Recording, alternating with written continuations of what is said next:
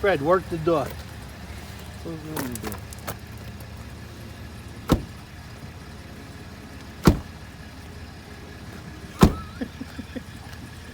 Okay. Here we are again. Ford, 21 days with the car, and the door don't close. American, just to stay close. American technology.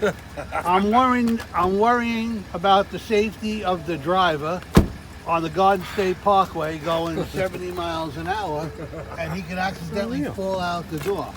Or the door swings open and is hit by a truck, causing a fatal accident. I just got the car And back. then Ford would be responsible. They don't know how to fix it. So they said, the knucklehead at Ford said, we don't know how to fix it, we don't know what to do. And they give you back the car. So this is it. Like I said, buy Toyota or Nissan and forget about found on the road dead. This is unreal. I gotta drive holding my door shut. Tell me about it.